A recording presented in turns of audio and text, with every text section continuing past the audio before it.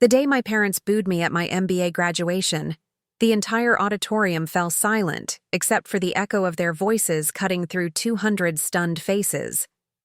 Not polite disapproval, but actual booing, loud, shameless, and cruel enough to make the dean pause mid-sentence. What they didn't know was that tucked inside my cap was a signed letter that would change everything. A CEO position I'd already accepted at a company they'd never heard of, but would soon beg to work with. The morning started like any other May.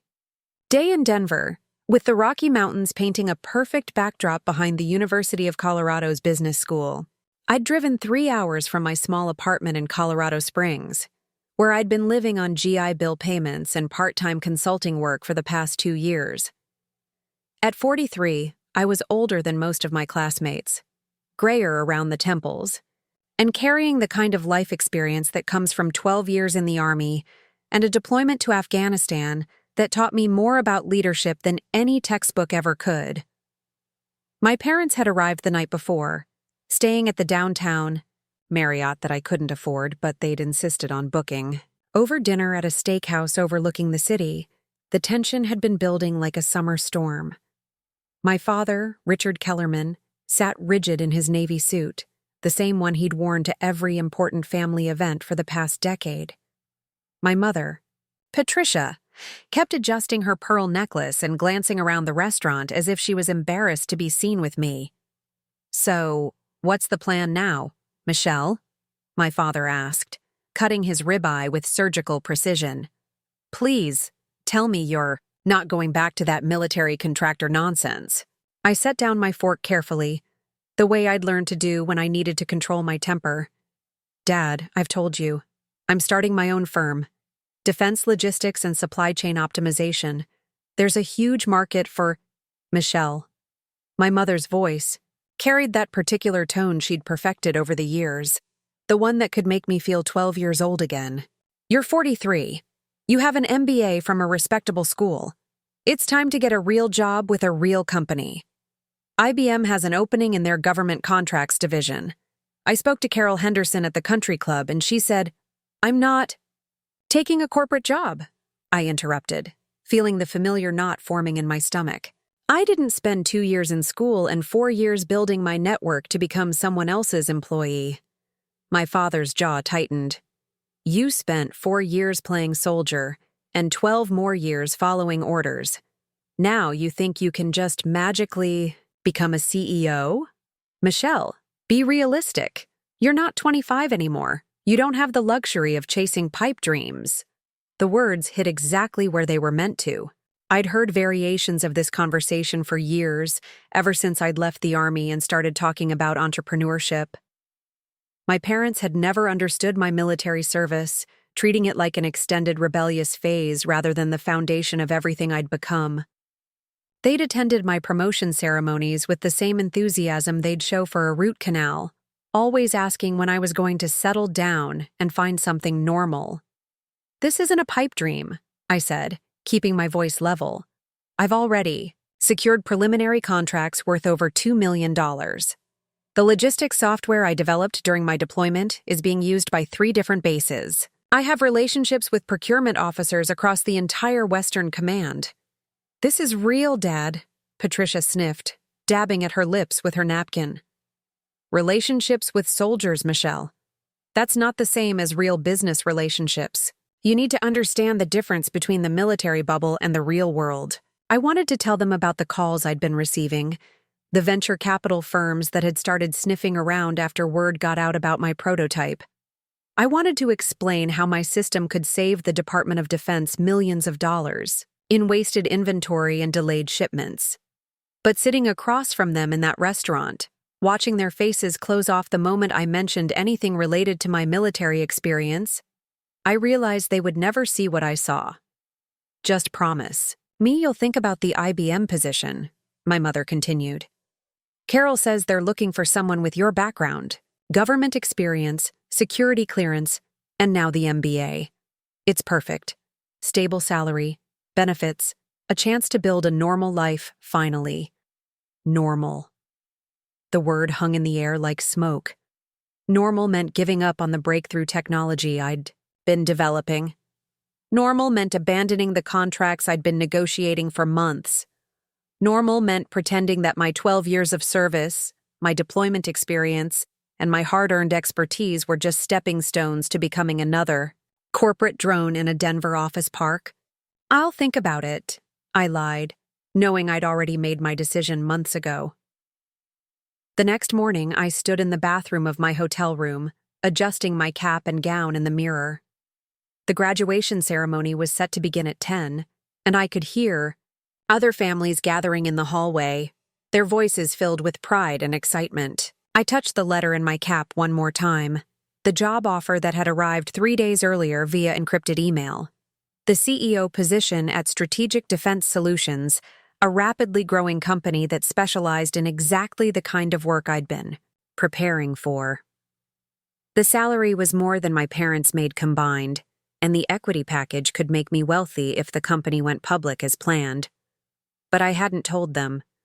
Something held me back, maybe the same instinct that had kept me alive in Afghanistan when situations felt too dangerous to proceed.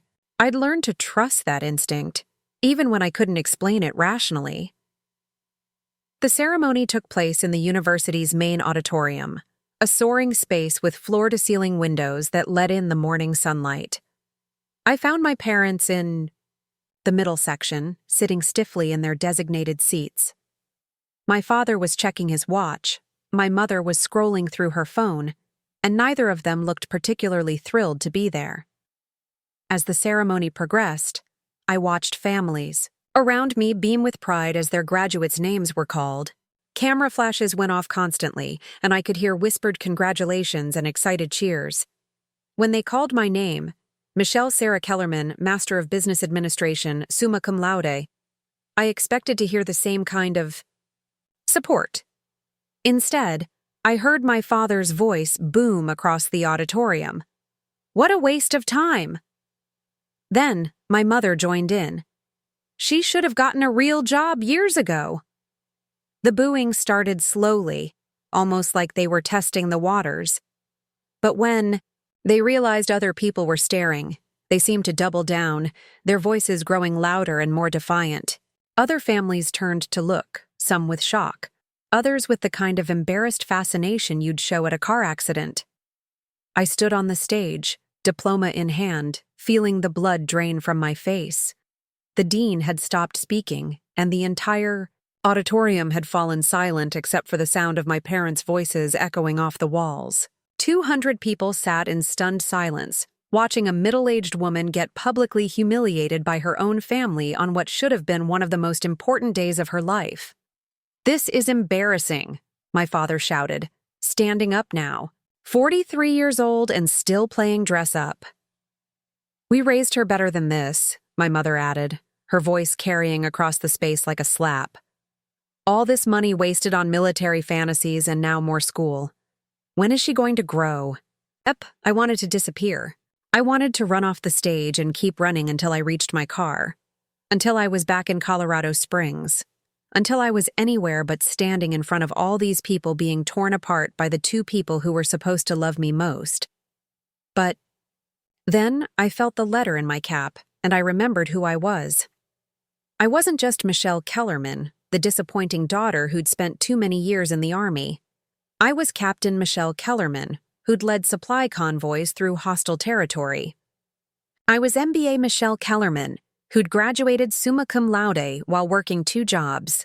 And in 3 days, I would be CEO Michelle Kellerman, running a company that was about to revolutionize military logistics.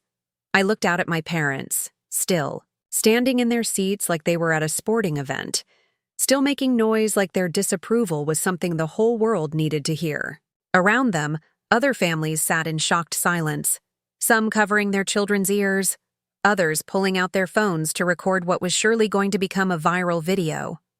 Then I did something I'd never done before in my entire life. I smiled. Not a forced smile, not a polite smile, but a real smile full of knowledge they couldn't possibly understand. Because in that moment, I realized they'd just made the biggest mistake of their lives, and they had no idea what was coming. The dean cleared his throat and continued with the ceremony, but I barely heard the rest of it. I was too busy thinking about the phone call I was going to make as soon as I got off that stage, the call to Strategic Defense Solutions confirming my acceptance of their offer. I was thinking about the press release that would go out next week, announcing my appointment as CEO of a company that had already signed contracts worth $50 million. Most of all, I was thinking about the day, sooner than they could possibly imagine, when they would realize exactly what they'd just done, and exactly what they'd thrown away when they decided to humiliate their daughter in front of 200 strangers. The ceremony ended, and I walked off the stage with my head high, leaving my parents still sitting in their seats, probably wondering why I wasn't crying or begging for their approval. I had work to do, a company to run, and a future to build. And for the first time in my life, I was going to build it without worrying about what Richard and Patricia Kellerman thought about my choices. As I reached the parking lot, I pulled out my phone and dialed the number I'd memorized 3 days earlier. When the familiar voice answered, I said the words I'd been practicing all week.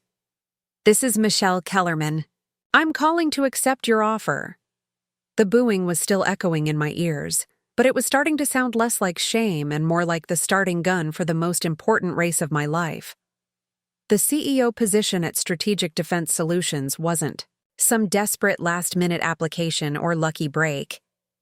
It was the culmination of 4 years of carefully orchestrated networking, relationship building, and proving myself in ways my parents had never bothered to understand. While they saw my military contractor consulting work as beneath my education, I was actually positioning myself at the center of a revolution in defense logistics that was about to reshape the entire industry. It started during my second deployment to Afghanistan in 2018, when I was a captain in charge of supply chain operations for Forward Operating Base Chapman. The base was a critical hub for equipment and personnel moving throughout the region, and it was drowning in inefficiency. Convoys would arrive with materials we didn't need while critical supplies sat delayed in warehouses 300 miles away.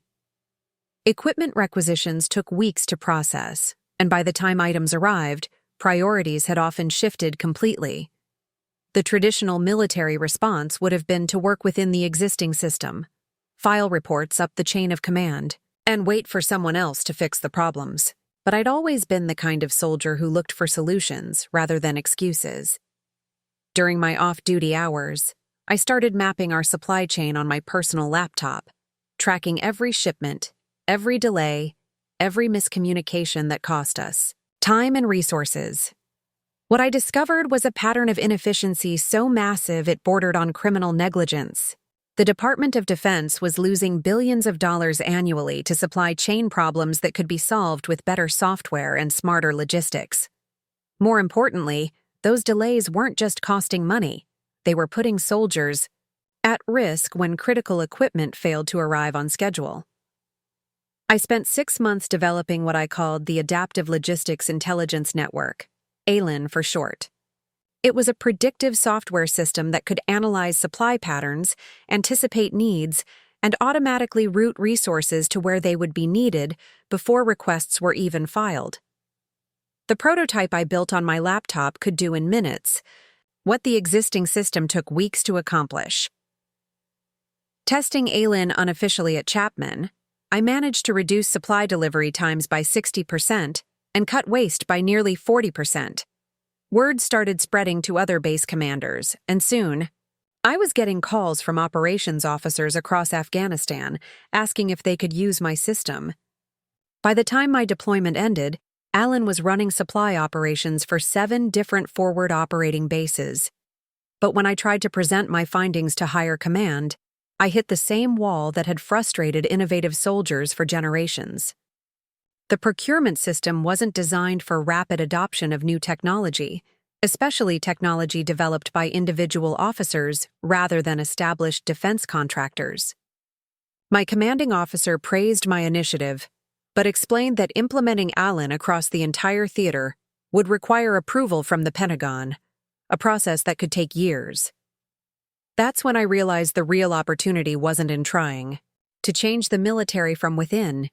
It was in building a company that could provide these solutions from the outside. Defense contractors had access to procurement channels that individual officers never would. If I could establish myself as a legitimate vendor, I could scale ALIN across the entire Department of Defense. Leaving the Army in 2019 was the hardest decision I'd ever made. I loved being a soldier, loved leading troops, loved the sense of mission that came with serving something larger than myself. But I also knew that ALIN could save lives and taxpayer money on a scale that my individual service never could. My parents, predictably, saw my departure from the military as another sign that I couldn't stick with anything long enough to build a real career. What they didn't understand was that I wasn't leaving the military. I was expanding my service to it. The consulting work I took on while pursuing my MBA wasn't random freelance projects. Each contract was carefully chosen to help me understand different aspects of the defense industry, to build relationships with procurement officers, and to refine ALIN based on real-world applications across different types of operations. My first major contract came through Lieutenant Colonel Sarah Chen, who'd been the operations officer at Chapman during my deployment. She'd left the Army 6 months before I did and taken a position with Lockheed Martin's logistics division. When she learned I was available for consulting work, she hired me to analyze supply chain inefficiencies in their Middle East operations. Working with Lockheed gave me my first real glimpse into how defense contracting actually worked. The company was brilliant at building aircraft and weapon systems, but their logistics operations were surprisingly antiquated. They were using supply chain software that was barely more sophisticated than what I'd seen in the military, and they were hemorrhaging money on delayed shipments and excess inventory. I spent 3 months implementing a simplified version of ALIN across their regional operations, and the results were dramatic enough to catch attention at the corporate level. Supply costs dropped by 28%, delivery times improved by 45%, and customer satisfaction scores reached levels the division had never seen before. That success led to my second major contract, this time with Raytheon's International Operations Group. Then came a smaller project with General Dynamics, followed by consulting work for the Defense Logistics Agency itself. Each project taught me something new about the industry, introduced me to new contacts, and proved that ALIN wasn't just a clever idea. It was a transformative technology that could reshape how the entire defense establishment handled logistics. By my second year of MBA studies, I wasn't just taking classes and writing papers. I was running what amounted to a small consulting firm, with contracts worth over $1 million annually and a waiting list of clients who wanted to work with me. I'd hired 2 part-time developers to help expand ALIN's capabilities, and we were testing new applications that went far beyond basic supply chain management. The breakthrough that changed everything came during my work with the Defense Logistics Agency in early 2023. They'd hired me to analyze why their Pacific operations were consistently running over budget and behind schedule. What I discovered was a systematic problem with their vendor management systems that was costing them hundreds of millions of dollars annually.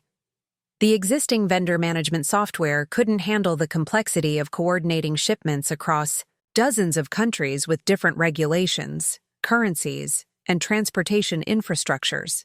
Vendors were submitting bids without understanding the full logistical requirements, leading to constant cost overruns and delays when reality met their unrealistic projections. I developed an enhanced version of ALIN that could model the complete logistical chain for any proposed contract, factoring in everything from port congestion in Long Beach to monsoon seasons in Southeast Asia. The system could show procurement officers exactly what any contract would really cost and how long it would really take, allowing them to make informed decisions rather than relying on vendors' optimistic estimates. When I presented the results to DLA leadership, the room went completely silent. The system had identified over $400 million in potential savings across their existing contracts, and implementation projections suggested they could reduce delivery times by an average of 30%, while cutting costs by 20%. Major General Rebecca Torres, who ran Pacific operations for DLA, asked me a question that changed the trajectory of my entire career. "Michelle, what would it take to scale this across our entire global operation?" That conversation led to the most important meeting of my professional life. 3 weeks later, I found myself in a conference room in Crystal City, Virginia, presenting Allen to a group that included 2 generals, 4 defense industry executives, and the Deputy Secretary of Defense for Acquisition and Sustainment. The presentation lasted 4 hours. I walked them through every aspect of the system, demonstrated its capabilities with real data from my consulting projects, and showed them exactly how it could revolutionize defense logistics. When I finished, the room was quiet for what felt like an eternity. Then General Torres spoke up. "This isn't just an improvement to existing systems. This is a complete paradigm shift. Michelle, we need to talk about how to implement this at scale, and we need to do it fast."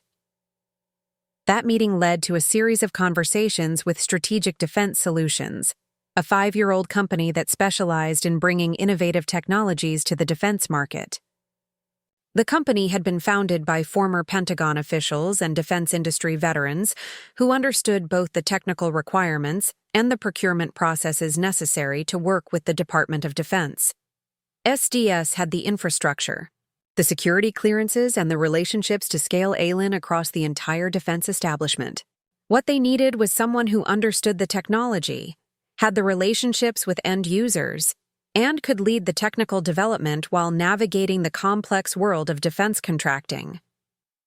The CEO offer came with a salary of $450,000, equity worth potentially millions if the company went public, and most importantly, the resources to implement ALIN on a scale I could never achieve as an independent consultant. More than the money, though, what excited me was the mission. Strategic. Defense Solutions had already secured preliminary agreements worth over $50 million for logistics optimization services. With ALIN as their core technology, they were positioned to become the dominant player in a market worth billions of dollars annually. My parents had seen my consulting work as a series of temporary projects, evidence that I couldn't build anything lasting or substantial.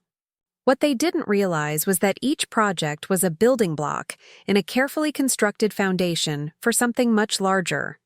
Every contract had taught me something essential about the industry. Every relationship had connected me to someone who would be crucial to my long-term success. Standing on that graduation stage, listening to them boo my achievements, I knew they would never understand the strategy behind what looked like career instability. They saw someone who couldn't hold down a normal job. I knew I was someone who was about to become the CEO of a company that would revolutionize how the United States military handled logistics across the globe. The irony was perfect in its completeness. They were humiliating me for not following their vision of success at the exact moment I was about to exceed their wildest dreams of what success could look like. In 3 days, I would be running a company. In 6 months, that company would be featured on the front page of Defense News. In a year, I would be testifying before Congress about the future of military logistics. But standing there on that stage, I was the only person in the auditorium who knew what was coming. To everyone else, I was just a middle-aged woman being publicly shamed by her own parents. To me, I was a CEO who hadn't started working yet. The drive back to Colorado Springs felt longer than the 3 hours it actually took. I kept the radio off, letting the silence fill my Honda Civic as I processed what had just happened and what was about to happen. Every few miles, I caught myself gripping the steering wheel tighter, replaying the sound of my parents' voices, echoing through that auditorium. The humiliation should have felt crushing, but instead it felt like liberation. For the first time in my adult life, I was completely free from their expectations. My phone had been buzzing constantly since I left the graduation ceremony. 17 missed calls from my mother, 12 from my father, and a string of text messages that ranged from aggressive to pleading. I didn't read a single one. Whatever they had to say now, it was too late. The bridge hadn't just been burned, they'd doused it with gasoline and thrown a flare. The apartment I'd been renting in Colorado Springs was a far cry from the suburban house I'd grown up in outside Chicago. It was a converted garage behind a 1970s ranch home with exposed ceiling beams, a kitchen that barely qualified as functional, and a bathroom where the shower pressure was more suggestion than reality. But it had fiber internet, space for my equipment, and rent I could afford on my consulting income. More importantly, it was mine. No family photos on the walls judging my choices, no questions about why I was working late again, no subtle comments about when I was going to get serious about finding a husband and settling down. Just my desk, my computers, my code, and the quiet space I needed to build something that would change everything. The first thing I did when I got home was open my laptop and send the email I'd been composing in my head during the entire drive. Mr. Harrison, this is Michelle Kellerman. I'm calling to formally accept the CEO position at Strategic Defense Solutions. I'd like to discuss moving up the start date if possible. I'm ready to begin immediately. The response came back within 20 minutes. Michelle, congratulations on your graduation. We're thrilled to have you aboard. Can you be in Arlington on Monday for the transition briefing? We've been waiting to announce your appointment until you were officially ready to start. Monday was 3 days away. 3 days to pack up my life in Colorado Springs and move to the Washington, D.C. area to take over a company I'd only seen from the outside. 3 days to transform from Michelle Kellerman, the struggling consultant, into CEO Kellerman of Strategic Defense Solutions. I spent the rest of Saturday going through my apartment, deciding what to keep and what to leave behind. Most of my furniture wasn't worth moving, cheap pieces I'd bought from thrift stores and online classifieds when I'd first moved to Colorado. But my technical equipment was coming with me, every computer, every monitor, every cable and peripheral that had been part of building ALIN over the past 4 years. As I packed, I found myself thinking about the last time my parents had visited. This apartment, 6 months earlier during Christmas break. They'd walked through the space like they were touring a disaster zone, my mother making comments about the lack of proper furniture, while my father questioned why I was living like a college student at my age. This is what your military career has gotten you, he'd said, gesturing at my desk setup where 3 monitors displayed scrolling code and data analytics dashboards. A garage apartment and a bunch of computer equipment. Michelle, you could have been making 6 figures by now if you'd just taken a normal job after college. What he couldn't see, what neither of them could see, was that those computers contained intellectual property worth millions of dollars. The code running across those monitors was already saving the Department of Defense hundreds of thousands of dollars monthly across 7 different installations. The computer equipment he dismissed so casually was the foundation of a technology that would revolutionize military logistics. But explaining that would have required them to understand something they'd never wanted to learn, that my military service hadn't been a detour from my career. It had been the beginning of it. That my consulting work wasn't a series of temporary jobs. It was market research and relationship building on a scale they couldn't comprehend. That everything I'd done since leaving the Army was part of a plan they couldn't see because they'd never bothered to ask about it.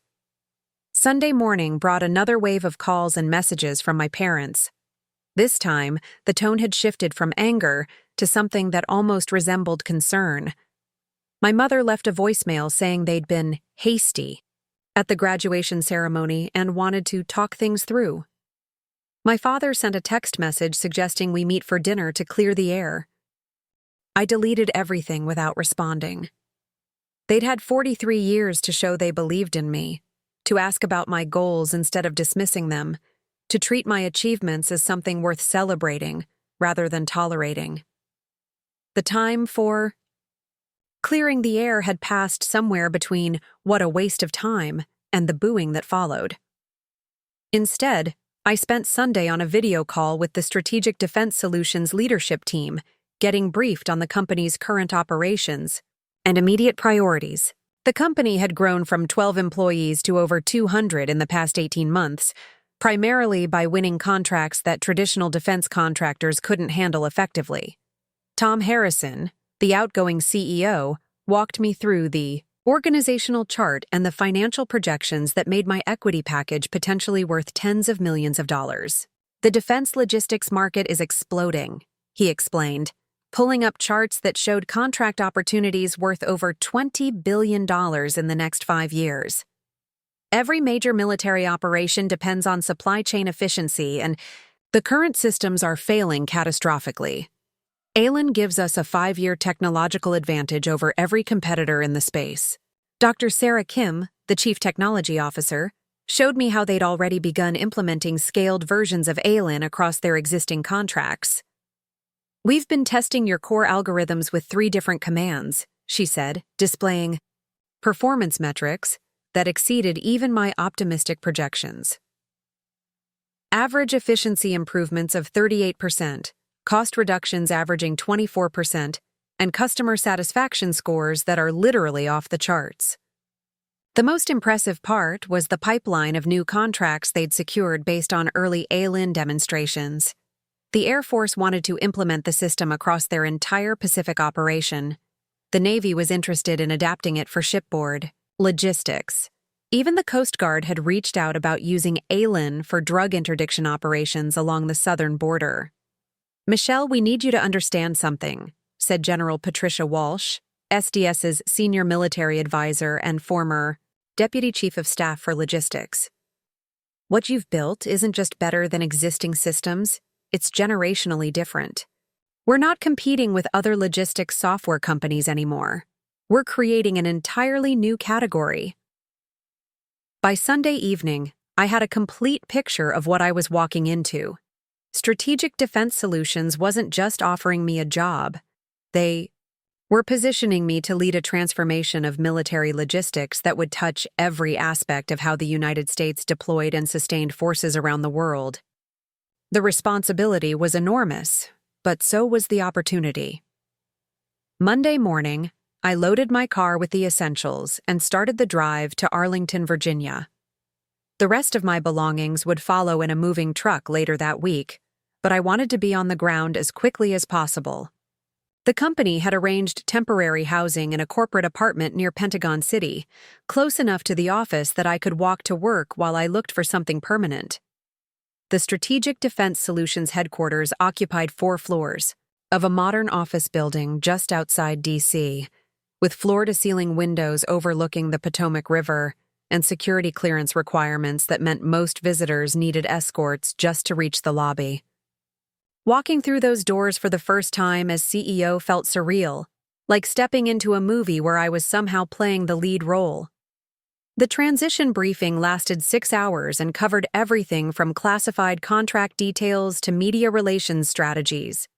I learned that the company's stock was privately held but being prepared for a potential public offering within 18 months. I discovered that my predecessor had already arranged for me to testify before the House Armed Services Committee about military logistics modernization. Most importantly, I found out that the ALIN implementation timeline was even more aggressive than I'd imagined. "We need full deployment across the European command by December," explained Jennifer Martinez, the Vice President of Operations. "The Ukraine conflict has exposed critical vulnerabilities in NATO supply chain coordination, and there's bipartisan pressure to get better systems in place as quickly as possible. That meant I had 7 months to scale a technology I'd developed on my laptop into a system capable of coordinating military logistics across an entire theater of operations. 7 months to hire the technical staff, build the infrastructure, and create the training programs necessary to implement ALIN at a scale no one had ever attempted." As the briefing concluded, and I sat in my new office, a corner space with a view of the Washington Monument in the distance, I thought about my parents sitting in their suburban Chicago home, probably still trying to figure out why I hadn't returned their calls. They'd booed me at graduation for making choices they couldn't understand, for pursuing goals they couldn't see, for building something they'd never believed was possible. In 3 hours, Strategic Defense Solutions would issue a press release announcing my appointment as CEO. By tomorrow morning, that announcement would be picked up by Defense News, Federal Times, and every major publication that covered the military-industrial complex. By the end of the week, my name would be associated with the largest military logistics modernization effort since World War II, but none of that felt as satisfying as the simple knowledge that I'd proven them wrong about everything that mattered. I wasn't wasting my potential or throwing away my education or living in a fantasy world disconnected from reality. I was exactly where I belonged, doing exactly what I was meant to do, building exactly what the world needed. The phone on my desk rang, my first call as CEO. It was Major General Torres from the Defense Logistics Agency, calling to congratulate me on the appointment and discuss accelerating the implementation timeline. I answered on the second ring, Strategic Defense Solutions, this is Michelle Kellerman. The corporate apartment in Pentagon City was everything my Colorado Springs garage wasn't. Sleek, sterile, and furnished with the kind of modern pieces that belonged in a magazine, rather than someone's actual life. Floor-to-ceiling windows offered a view of the Lincoln Memorial, hardwood floors gleamed under recessed lighting, and the kitchen featured appliances I'd only seen in luxury hotels. It felt like living in someone else's life, which I suppose I was. What struck me most during those first weeks wasn't the sudden upgrade in my living situation. It was the profound silence. No family calls interrupting my work. No guilt-laden text messages questioning my choices. No weekend obligations to attend events where I'd be asked when I was going to get a real job. For the first time since leaving the military, I could focus entirely on the work without emotional static drowning out my concentration. The Strategic Defense Solutions office became my second home almost immediately. I arrived each morning at 6:30, usually before the security guards had finished their first coffee, and stayed until the cleaning crew began their rounds. The company operated on what felt like startup intensity, despite having over 200 employees and contracts worth hundreds of millions of dollars. Everyone understood that we were building something unprecedented, and the energy was infectious. My days blurred together in the best possible way. Monday mornings meant briefings with the technical teams about Aylin's development progress. Tuesday, afternoons brought calls with procurement officers from various military commands, each conversation revealing new applications for our technology. Wednesdays were reserved for meetings with potential investors and strategic partners who were beginning to understand the scope of what we were creating. The learning curve was steeper than anything I'd experienced since my first deployment. Leading a 50-person consulting practice from my apartment was completely different from managing a company with multiple divisions, government contracts requiring different security clearances, and shareholders expecting quarterly growth that justified their investment. I'd studied business theory for 2 years, but actually running a business required skills that no MBA program could teach. Fortunately, Tom Harrison had assembled a leadership team that understood both the technology and the industry better than anyone else in the defense sector. Jennifer Martinez had spent 15 years managing logistics for private military contractors before joining SDS. Dr. Sarah Kim held 3 patents in predictive analytics and had led software development teams at both Google and Palantir. General Walsh brought 30 years of military experience and a contact list that included decision-makers across every branch of the armed services. Working with this team taught me that my technical expertise was just one piece of a much larger puzzle. Building breakthrough technology was meaningless without the operational capability to implement it at scale, the political relationships to navigate procurement bureaucracy, and the financial infrastructure to sustain rapid growth while maintaining security clearances. My first major test as CEO came 6 weeks after I started, when the European Command accelerated their implementation timeline from December to September. The Ukraine conflict had intensified, and NATO allies were demanding better coordination of military aid shipments. What had originally been planned as a careful, methodical rollout now needed to happen in 12 weeks, instead of 7 months. Michelle, I need you to understand what you're agreeing to. General Walsh said during an emergency strategy session. If we can't deliver ALIN on this timeline, it's not just a business setback. American credibility with our allies is on the line. The Europeans are watching to see if we can actually deliver next-generation capabilities when it matters. The pressure was unlike anything I'd experienced even during my deployment. Military operations have life-and-death consequences, but they unfold according to established protocols and procedures. Building a technology company meant constantly making decisions without precedent, often with incomplete information, and always with the knowledge that failure could cascade across multiple fronts simultaneously. I instituted 12-hour days for the core development team and moved into the office full-time, sleeping on a cot in my office rather than commuting back to the apartment. The next 8 weeks became a blur of code reviews, system testing, security audits, and crisis management sessions when unexpected problems threatened to derail our timeline. The breakthrough came during week 10, when our testing team successfully demonstrated ALIN coordinating simultaneous supply operations across 15 different NATO bases. The system processed over 40,000 logistical variables in real time, optimized transportation routes across 7 countries, and reduced projected delivery times by an average of 43% compared to existing NATO coordination protocols. Watching the demonstration from the SDS conference room, I felt the same pride I'd experienced leading successful missions in Afghanistan. This wasn't just software performing calculations, it was technology that would help American forces and our allies operate more effectively in situations where efficiency could mean the difference between mission success and catastrophic failure. 3. European Command implementation went live on a Tuesday morning in early September.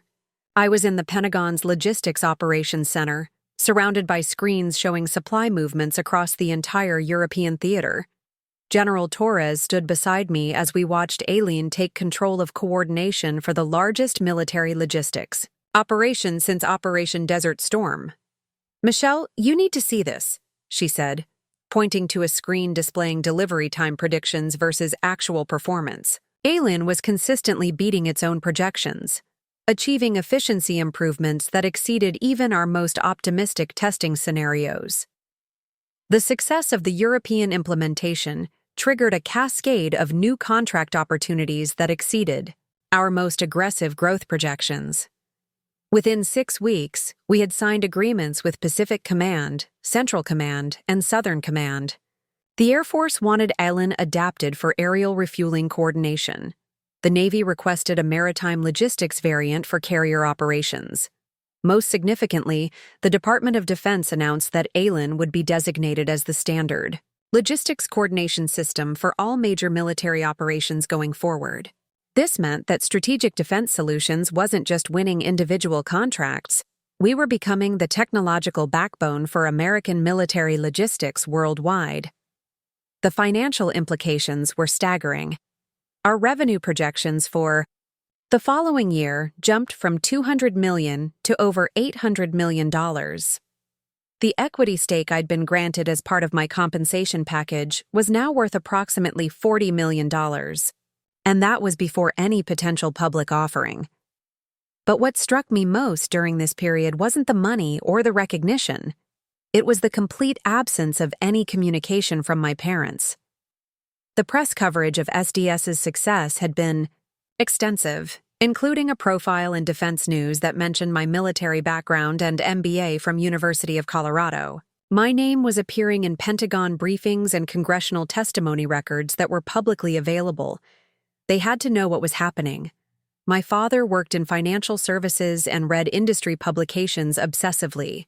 My mother followed military news because my uncle had served in Vietnam. Yet neither of them reached out to acknowledge what I'd achieved or to admit they might have misjudged my potential. The silence felt deliberate, like they'd decided it was easier to pretend.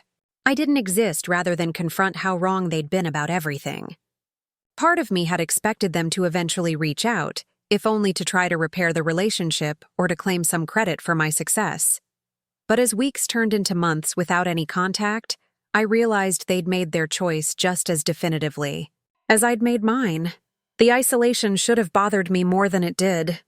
I'd grown up in a family where Sunday dinners were mandatory, where birthdays and holidays meant elaborate gatherings with extended relatives, where major life events were always shared experiences. Now I was experiencing the biggest success of my career in complete familial isolation, and it felt surprisingly liberating. Without the constant pressure to justify my choices or defend my decisions, I could focus entirely on the work that mattered.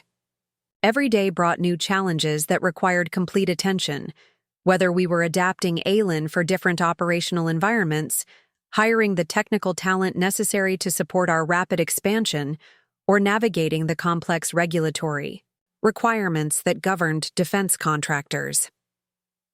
The company culture that emerged during this period reflected the intensity and mission focus that I'd learned during my military service.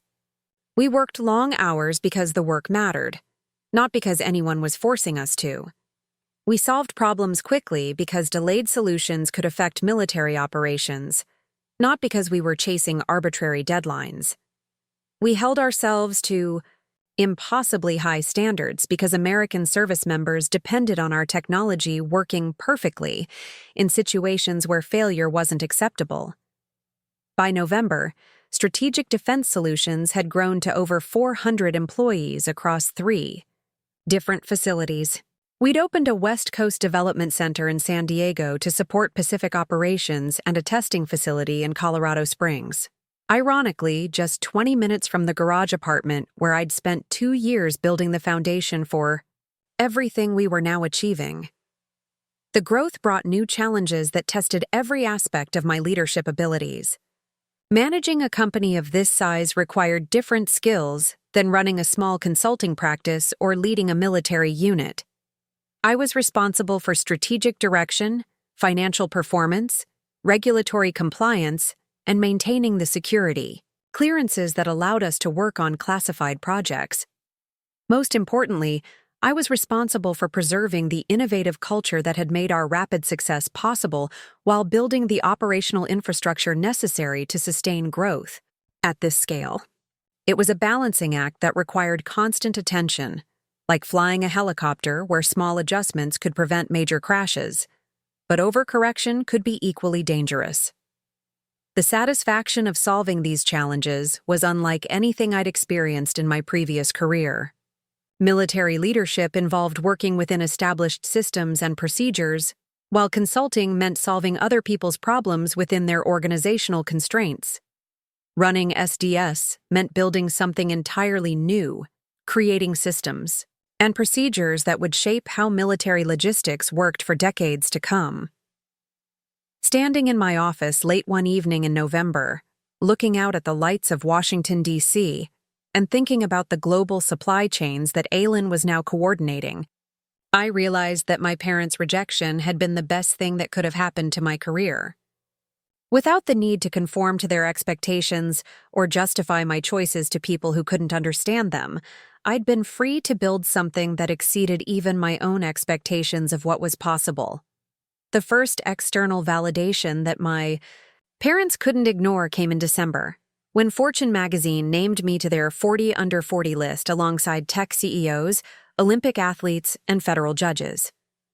The profile described Strategic Defense Solutions as the Pentagon's secret weapon for next-generation logistics, and included a photograph of me standing in our operations center, surrounded by screens displaying real-time military supply movements across 4 continents.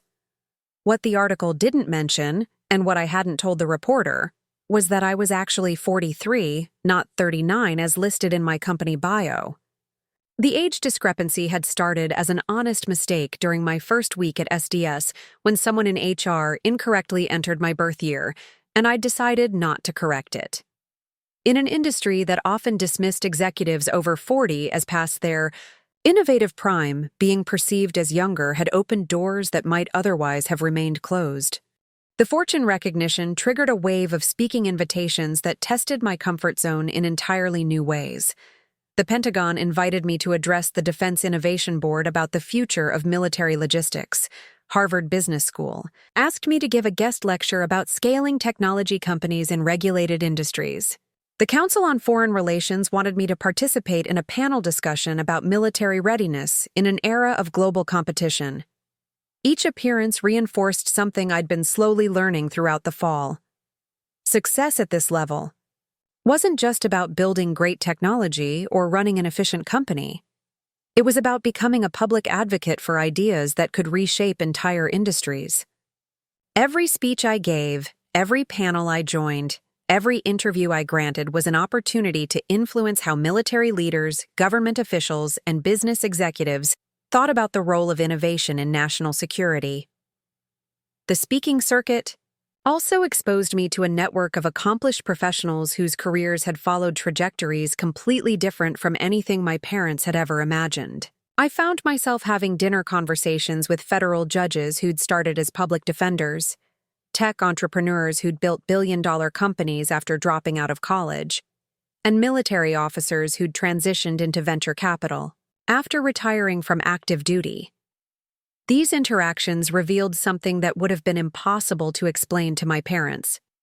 There wasn't just one path to professional success, and the most interesting careers often involved taking risks that looked foolish to people who couldn't see the larger strategy. Every successful person I met had stories about family members, friends, or colleagues who'd questioned their decisions at crucial moments.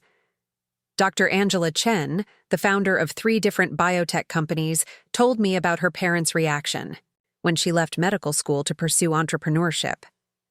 "They didn't speak to me for 2 years," she said during a Council on Foreign Relations reception. "Then my first company went public, and suddenly they were telling everyone they'd always believed in my vision." General Robert Hayes, who'd transitioned from military service to become CEO of a major aerospace contractor, shared a similar experience. "My father thought I was crazy for leaving a guaranteed military pension to start over in the private sector. He changed his tune when I started making more in a year than he'd made in his entire career." These conversations helped me understand that family rejection during career transitions wasn't unusual. It was almost inevitable when pursuing paths that required vision, risk tolerance, and patience that others couldn't appreciate.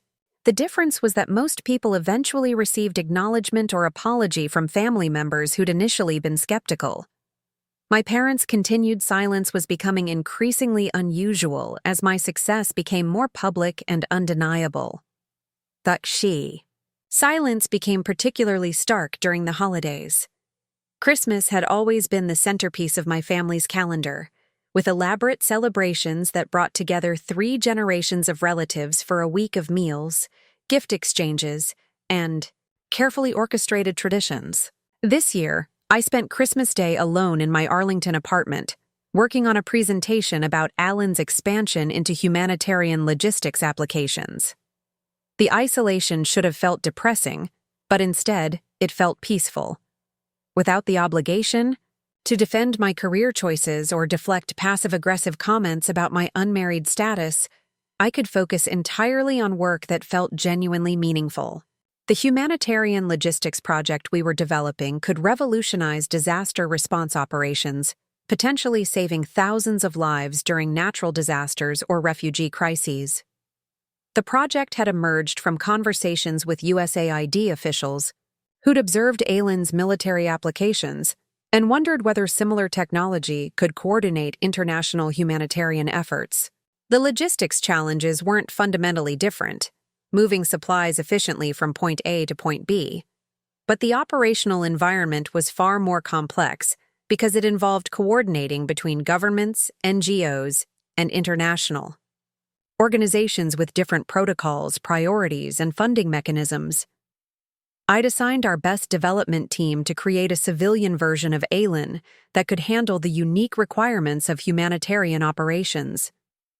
The system needed to work in areas with limited infrastructure, coordinate between organizations with different languages and cultural practices, and operate under budget constraints that made military operations look generously funded. The first test case came in February, when a massive earthquake struck Turkey near the Syrian border. Within hours of the initial quake, USAID contacted SDS about deploying our humanitarian logistics system to coordinate international relief efforts. Turkish authorities had agreed to allow us to integrate our technology with their existing emergency response systems, creating an unprecedented opportunity to test civilian ALAN under real-world disaster conditions. I flew to Turkey with a small technical team, arriving in Ankara 36 hours after the earthquake. The devastation was overwhelming. Entire city blocks reduced to rubble, rescue teams working around the clock to find survivors, and a logistical nightmare as international aid poured in faster than local authorities could process and distribute it. The airport was chaos, with cargo planes arriving every few minutes carrying supplies from dozens of different countries. Pallets of medical equipment sat beside containers of food, blankets, and construction materials, all requiring different handling procedures and different distribution priorities. Traditional coordination methods were completely overwhelmed by the scale and complexity of the operation. Setting up ALAN in the Temporary Coordination Center took 18 hours of nonstop work, but the results justified every minute of effort. Within 6 hours of going live, the system had identified bottlenecks that were preventing critical medical supplies from reaching field hospitals, optimized transportation routes that cut delivery times to affected areas by 40%, and created real-time inventory tracking that eliminated the duplicate shipments that had been clogging distribution networks. Most importantly, ALAN could predict which supplies would be needed were based on ongoing rescue operations and population displacement patterns.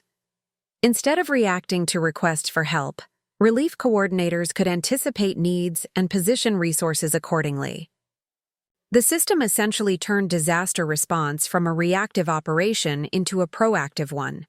The success in Turkey generated international attention that exceeded anything we'd achieved through our military contracts. The BBC ran a feature story about how technology was revolutionizing disaster response. The United Nations invited me to present ALAN to their Emergency Coordination Office. The European Union began discussions about licensing our technology for their disaster response operations.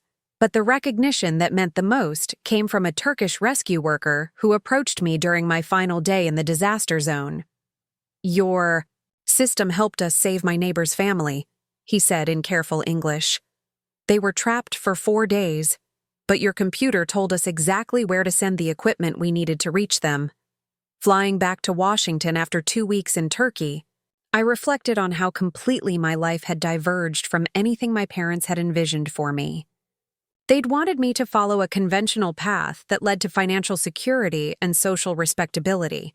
Instead, I'd built a company that was reshaping how the world responded to both military crises and humanitarian disasters. The earthquake response had also revealed new applications for ALAN that could expand our addressable market far beyond defense contracts. Hospital systems wanted versions that could optimize medical supply chains. Major retailers were interested in applications for inventory management and logistics optimization. Even city governments were exploring whether ALAN could improve everything, from snow removal to emergency services deployment. Each new application represented millions of dollars in potential revenue.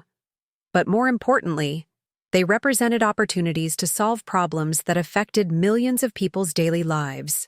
The technology I'd originally developed to help military supply convoys operate more efficiently was evolving into a platform that could optimize resource allocation across virtually every sector of the economy. By March, Strategic Defense Solutions was processing acquisition offers from major technology companies that valued the company at over $2 billion. Microsoft wanted to integrate ALAN into their cloud computing platform. Amazon was interested in our logistics optimization algorithms for their delivery operations. Google's parent company, Alphabet, had proposed a partnership that could scale our technology across their entire portfolio of companies. I turned down every offer.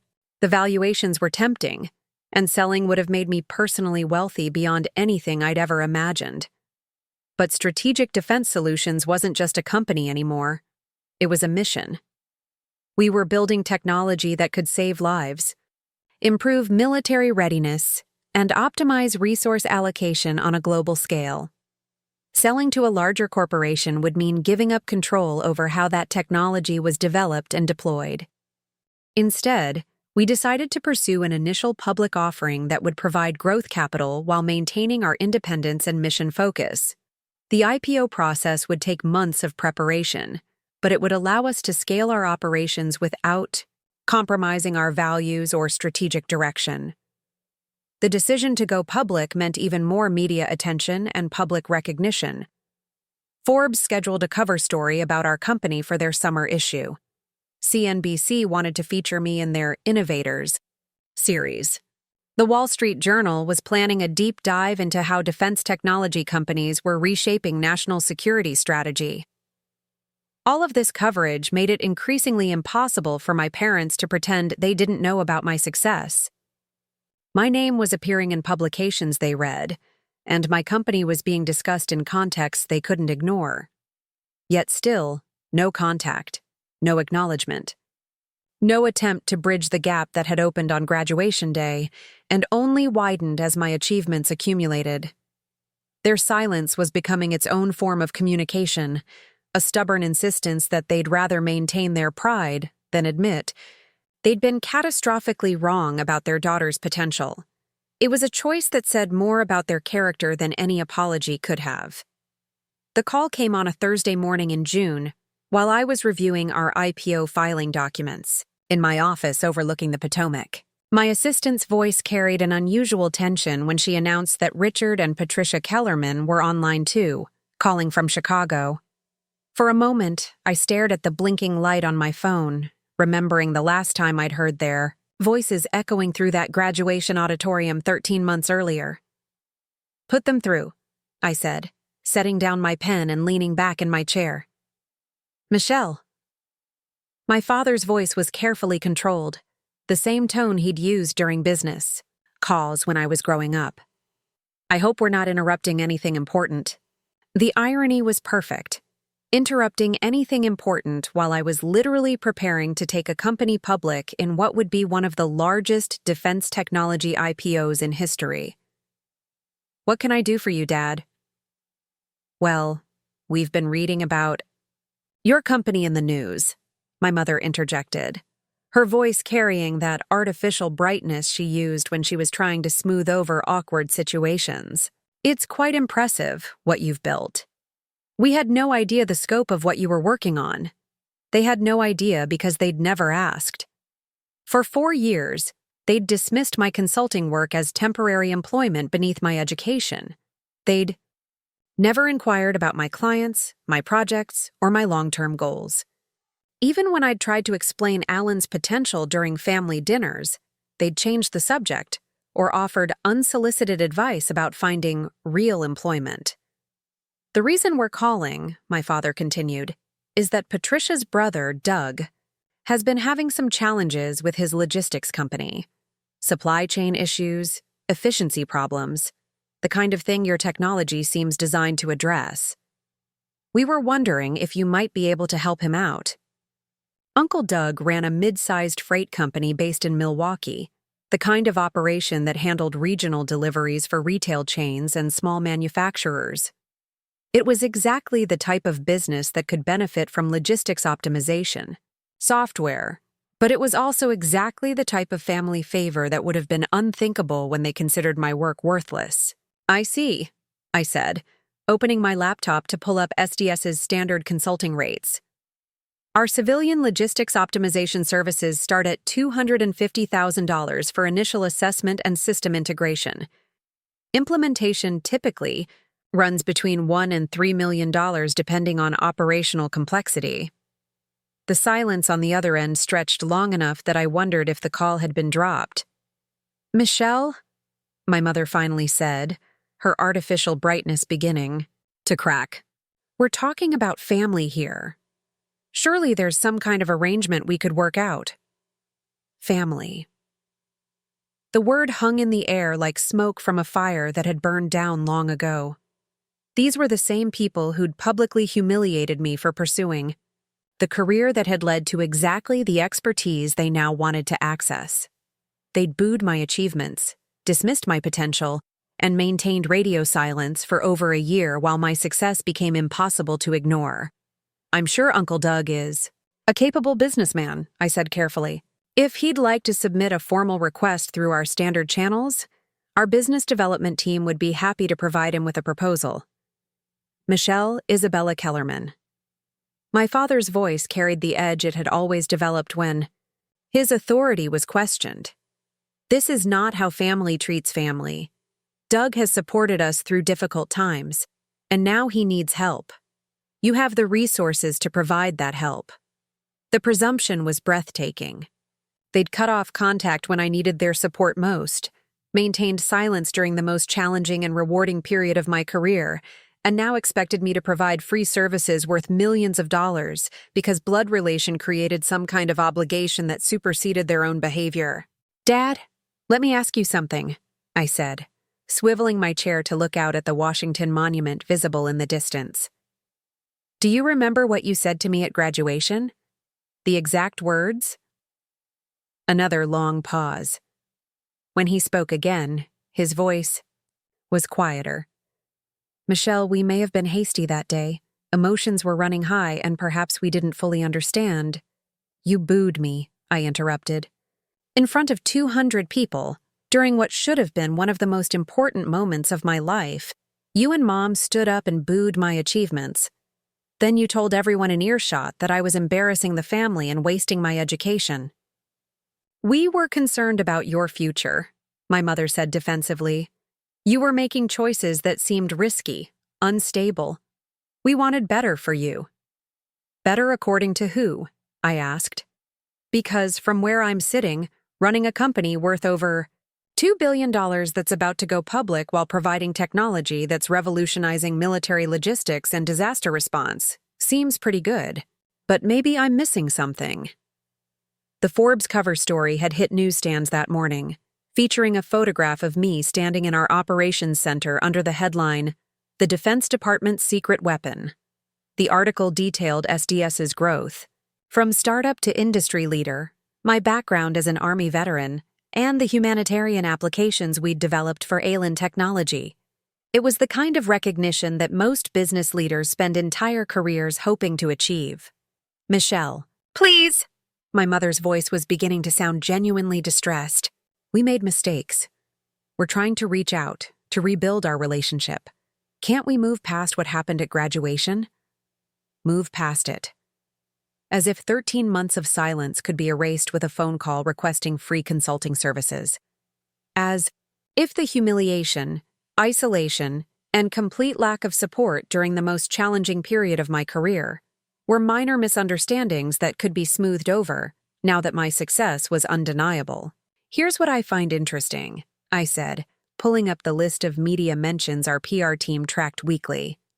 My name has appeared in Defense News, Federal Times, The Washington Post, CNN, CNBC, and now Forbes. SDS has been featured in congressional testimony, Pentagon briefings, and United Nations reports. This isn't recent success. We've been building this company publicly for over a year. Yet this is the first time either of you has reached out to acknowledge any of it. We didn't want to bother you while you were busy, my father said weakly. But you're comfortable bothering me now that you need something. The words carried more edge than I'd intended, but they were true. For over a year, my parents had been content to let our estrangement continue as long as it didn't cost them anything. Only when they needed access to my expertise and resources had they suddenly developed interest in repairing our relationship. Michelle, we're proud of what you've accomplished, my mother said, and for the first time in the conversation, she sounded genuinely emotional. We were wrong about your potential, wrong about your choices, wrong about what you were building. We're sorry. But does that mean you can't help family when they need it? The apology should have felt more satisfying than it did. I'd spent years imagining the moment when they would finally acknowledge how wrong they'd been about my career, my potential, my vision for the future. But hearing it now, delivered only after they needed something from me, it felt hollow and strategic rather than genuine. I appreciate the apology, I said. But here's the thing about family relationships. They require ongoing investment, not just crisis intervention. You don't get to ignore someone for a year and then expect them to provide million-dollar favors because you've decided to acknowledge their success. So that's it? My father asked, his voice hardening again. You're going to hold a grudge forever? A grudge. As if my response to their behavior was petty rather than proportional. As if maintaining professional boundaries with people who'd publicly humiliated me was unreasonable. As if expecting family members to actually behave like family was asking too much. I'm going to treat you exactly the same way I treat any other potential clients, I said.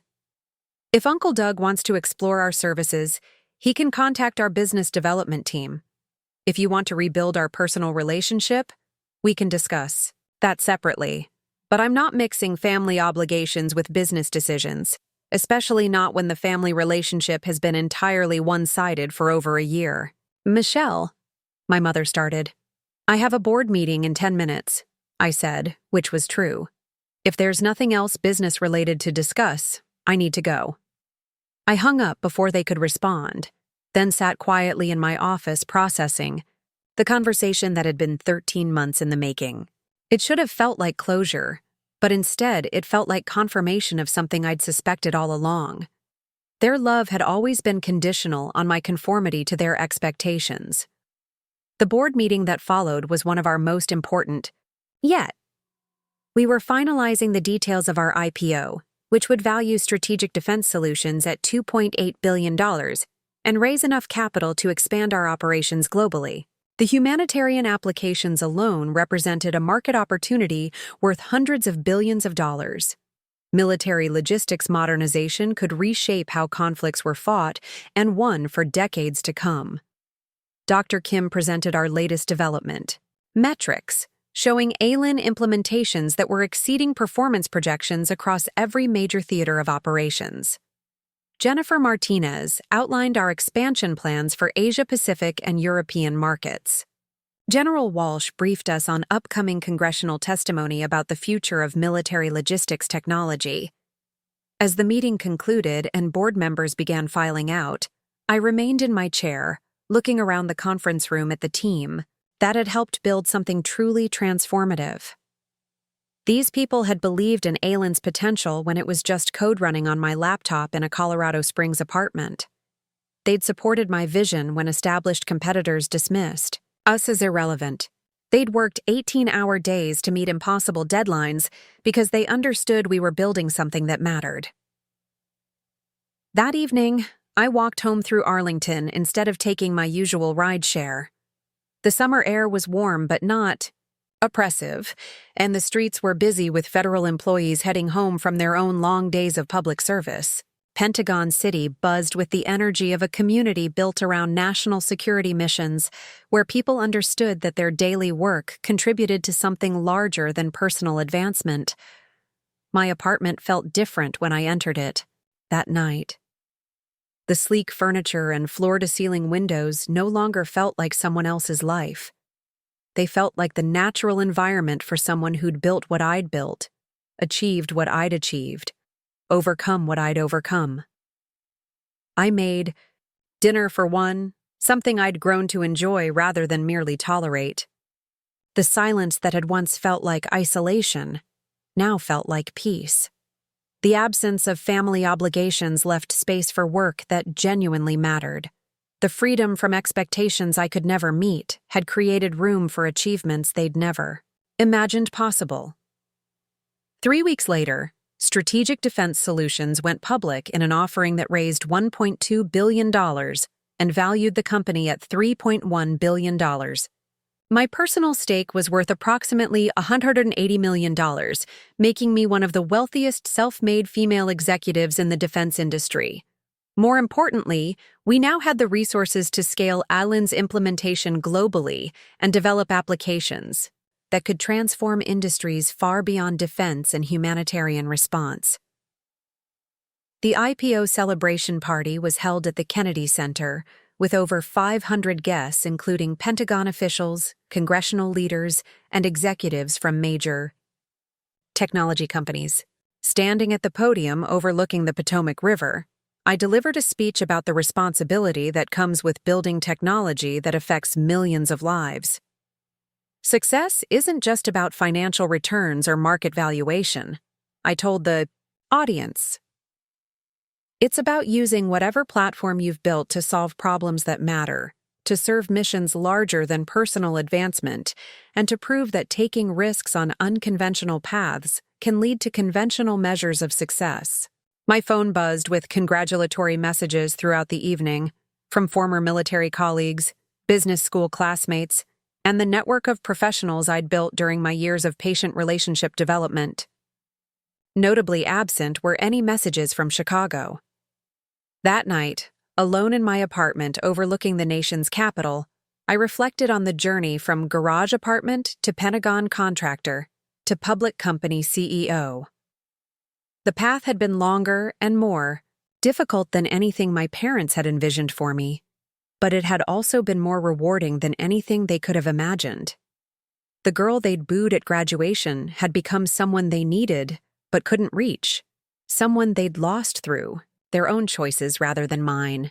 That realization didn't feel like victory. It felt like the natural consequence of decisions that revealed character under pressure. If you've ever been told your dreams were unrealistic, your goals were impossible, or your vision was too ambitious, remember this. The people who can't see your potential often reveal more about their limitations than yours. Sometimes the greatest gift you can receive is the freedom that comes from disappointing people whose approval would require you to become smaller than you're meant to be.